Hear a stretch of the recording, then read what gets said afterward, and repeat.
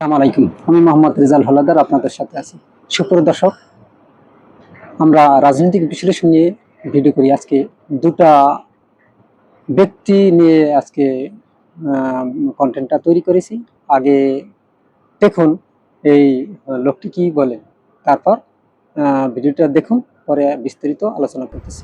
মাত্র 2 মাস হয়েছে ক্ষমতায় গেছে, এর ভিতরে নুরউদ্দিন অপু বিএনপি সংসদ সদস্য টাকার পাহাড় জমিয়ে ফেলাইছে বাসায়। অবশেষে এবার আসি, হাতে কট খেয়েছে। আসলে নুরউদ্দিন অপু কে?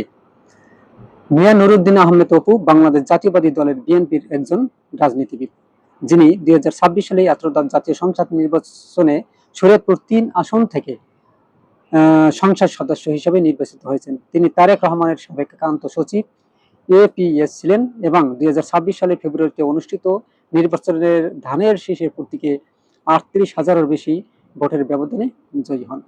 আসলে দেখেন, তিনি কত হাজার কোটি টাকা নিয়ে র্যাবের হাতে কট খেয়েছেন। দেখেন, মাত্র 2 মাস হয়েছে ক্ষমতায় গেছে, এর ভিতরে নুরউদ্দিন অপু বিএনপি সংসদ সদস্য টাকার পাহাড় জমিয়ে ফেলাইছে বাসায়। অবশেষে র্যাবের হাতে কট খেয়েছে। ভিডিওটা দেখেন, সর্বোচ্চ শেয়ার করবেন, পরে স্যাররে কিছু কইতেছে।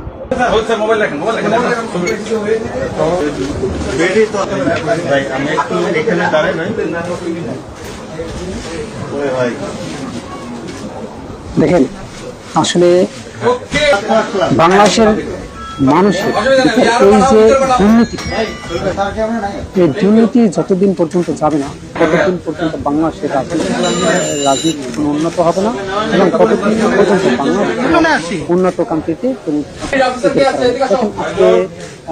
আরেকটি নিউজ আছে। দেখেন, কারণে আপনারা জানেন যে 120 কোটি টাকা নিয়ে পালানোর চেষ্টা বিমানবন্দর ব্যক্তির ছবিটা দেখুন, দেখালাম। আসলে ওনার কিছু বিস্তারিত তথ্য নিয়ে আপনাদের সাথে একটু আলোচনা করি। দেখেন, 120 কোটি টাকা আত্মসাতের অভিযোগে একটি বেসরকারি প্রতিষ্ঠানের শীর্ষ কর্মকর্তাকে গ্রেপ্তার করেছে অপরাধ তদন্ত বিভাগ সিআইডি। বিদেশে পালানোর উদ্দেশ্যে শাহজালাল আন্তর্জাতিক বিমানবন্দরে পৌঁছলে তাকে আটক করা হয়। গ্রেপ্তার হওয়া ব্যক্তির নাম হায়দার কবির মিথুন। তিনি হোলিস্টিক হোম বিল্ডার্স লিমিটেড এর ডেপুটি ম্যানেজিং ডাইরেক্টর ডিএমডি হিসেবে দায়িত্ব ছিলেন। রবিবার ভোরে ইমিগ্রেশন চেকপোস্ট থেকে তাকে আটক করা হয় বলে সিআইডির মিডিয়া শাখা নিশ্চিত করেছে। সিআইডি জানায়, 2024 সালের 28 অক্টোবর উত্তরা পূর্ব থানায় দায়ের হওয়া একটি মামলার ভিত্তিতে এই অভিযান পরিচালনা করা হয়।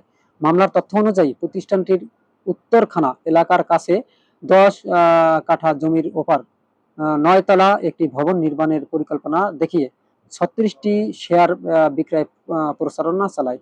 প্রতিটি শেয়ারের দাম ধরা হয় 15 লাখ টাকা। এই প্রস্তাবে আকৃষ্ট হয়ে অনেক গ্রাহক অফিসে গিয়ে অর্থ প্রদান করেন।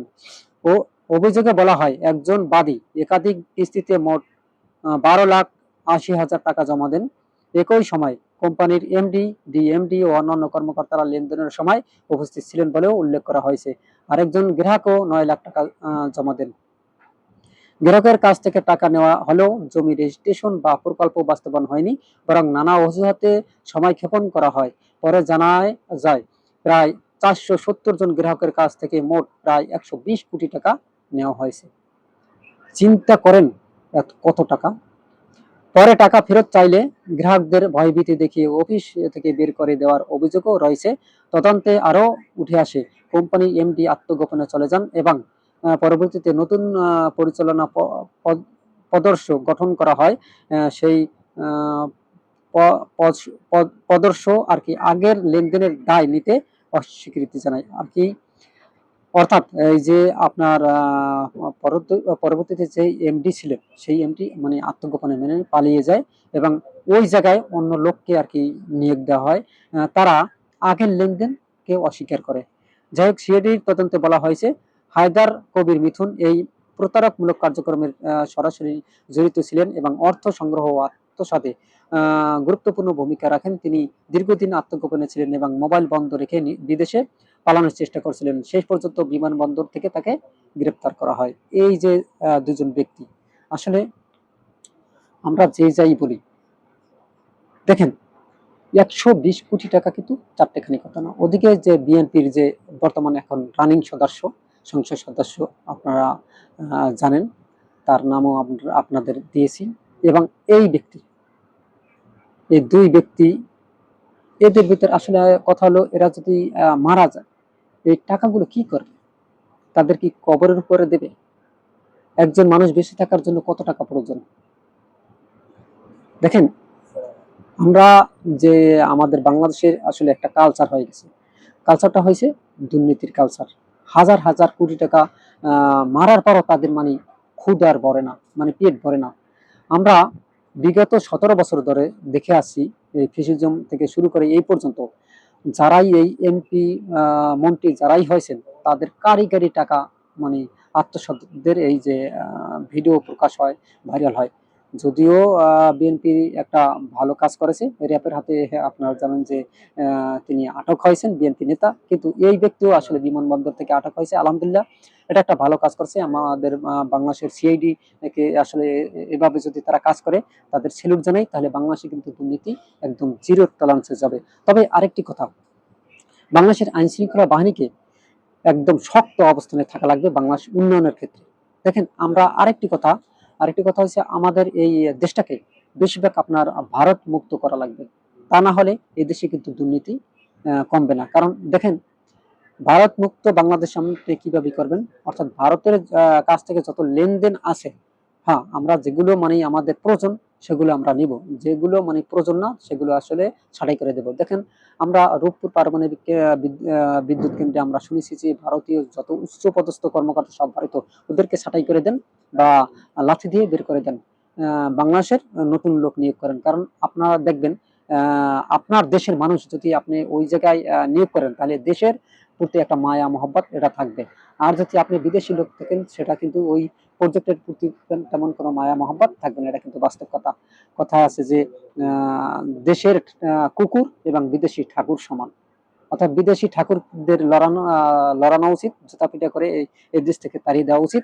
এবং আমাদের যে দেশের যে মানুষ আছে, অর্থাৎ আমরা যদি সেখানে যে একটা কথা আছে না, যে দেশের একটা যদি প্রাণী, আমরা প্রাণীও দেখি, সেটা কিন্তু আমাদের একটু ভিতরে মানে আবেগ মানে ভালো লাগে। যাই হোক, বিদেশি ঠাকুর আর কুকুরের আমাদের দরকার নাই। আমরা যেটা মনে করি, বাংলাদেশের যে সাধারণ মানুষ আছে, যারা মনে করেন দেশের জন্য গর্ব, দেশের জন্য কাজ করবে, এবং যারা এই দেশের সর্বোচ্চ চেষ্টা করে দেশকে উন্নয়নের দিকে মানে কাজ করবে, তাদেরকে আপনারা বেছে নিন। অর্থাৎ সাচ্চা দেশপ্রেমিককে বেছে নিন, দেখবেন একদম সবকিছু ওকে হয়ে যাবে।